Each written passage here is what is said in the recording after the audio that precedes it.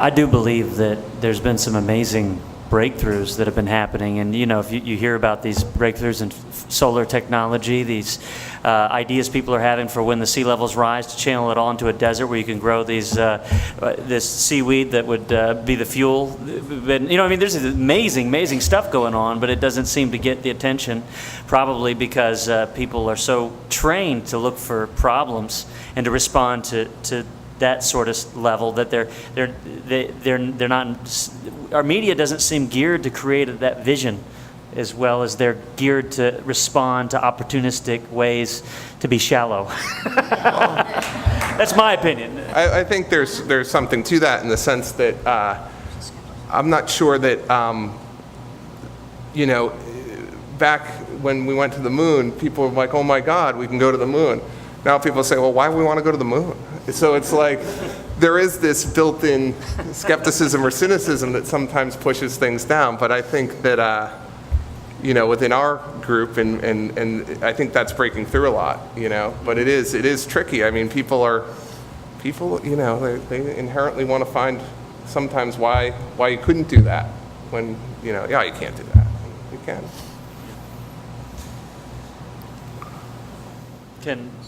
Where's the mic? I'm interested in hearing more about media strategies, since each of you have had spectacular successes in conveying sustainable stories, and I'm sure undoubtedly a few failures. So if each could give a couple specific examples of techniques that have either worked or failed in communicating about environmental issues.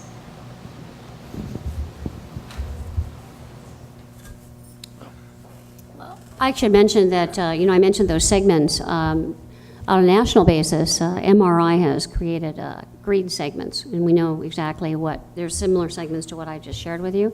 We know what television shows they watch, what magazines they read, what radio stations they listen to. So that's one of the ways we reach each of those segments with different messages.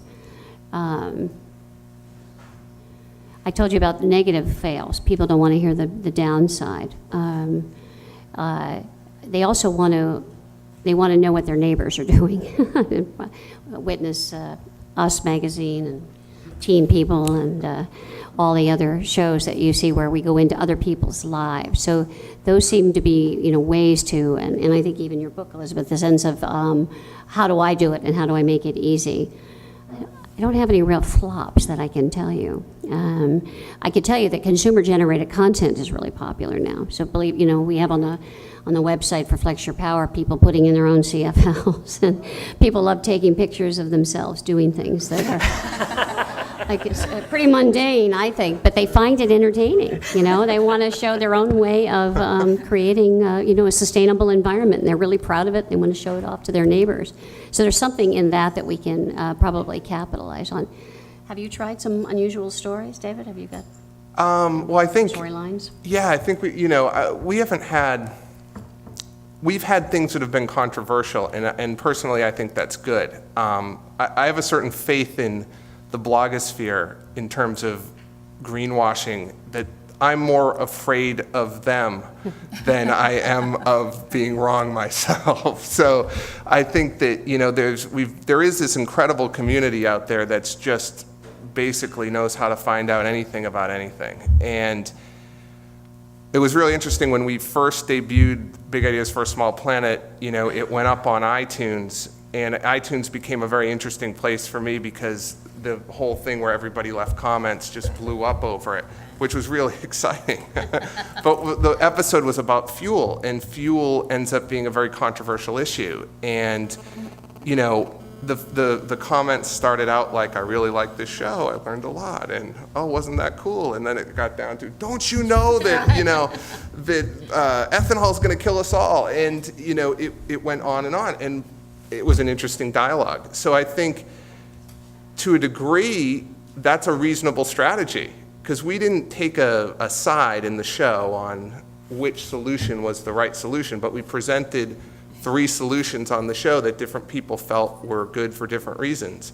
And that turned into, kind of a live forum on iTunes. And so, to your question, sometimes, just creating a controversy or accidentally creating a controversy opens up more answers and more dialogue than when you tell the nice story about the person who, really succeeded at something. It's almost like, I actually really enjoyed that part of it. And to some extent, that's pretty authentic, right?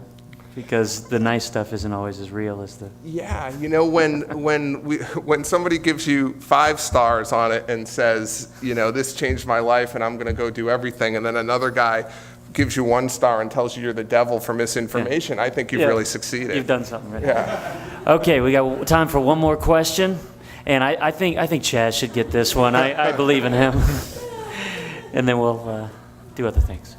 David, this is mostly directed to you, I think, but I have a lot of friends and family that are in the entertainment business or have been, and I'm really curious. This question isn't necessarily directed towards your productions, but I'm just wondering what your insights you have behind the scenes and how actual productions are greening themselves, if you've seen any progress in that regard. Well, I think I was thinking about this also coming over because I knew this question was going to come up. But to a degree, production is inherently sustainable, whether or not it's green. It's inherently sustainable because you expand and contract the size of your business to when you're in production and when you're not. And it's almost like the accountability for every dollar spent, particularly now, dictates a certain amount of sustainability that's inherent to the process. There's as little waste as can possibly be, basically because no one wants to pay for it. However, in terms of things that are happening, the entertainment industry is also notorious to some degree for all kinds of excess, not the least of which in a production is things like takeout food, bottled water, excessive paper. And I think in small ways the industry has taken has felt, you feel very guilty if you're on a television set now and you're drinking out of, people will come up to you and be like, you're a jerk. It's a bunch of liberals, out there, so you're like, oh my God, it's almost like, I could have been doing anything but drinking. You refilled it, right? You refilled it. Yeah, it's the one I take every time. But there's also interesting technological advancements. We're going to be moving away from videotape completely, and eventually with digital, it'll all be hard drives, and you won't have that kind of waste, and you won't have that kind of material that gets created because of, the television industry. But I think that more and more, there's a real initiative on productions and to find the most sustainable ways to do it. But the most gratifying thing about it is that when you have a large crew of people and you're doing a show about the environment, everybody becomes their own personal kind of enforcer. And they learn something, the sound guy learns something that somebody said and then busts you on it later in the day. Hey, that guy said you shouldn't be doing that. And you're like, and you get very defensive. So, and your editor then watches all the footage and then busts you on 10 other things you did on the way into work. So I think it's interesting within the entertainment business to see how contagious it really can be, because you're constantly informing people who work with you about things they didn't know about when they came to work that day. And then when they leave that day, they go and tell everybody. And you see them on the next production, and all of a sudden, they've converted themselves to much greener people and have told their friends, and it's really kind of inspiring. Great. Well, I want to thank the panel and John for moderating. It was an excellent panel. Thank you very much for coming.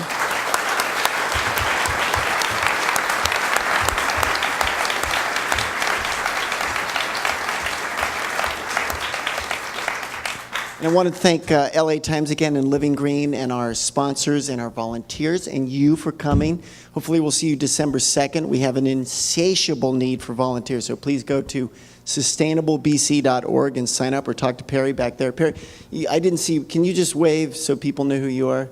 Perry? There she is. So if you want to volunteer, you want to sponsor, please talk to her. And thank you very much for coming, and we'll see you soon.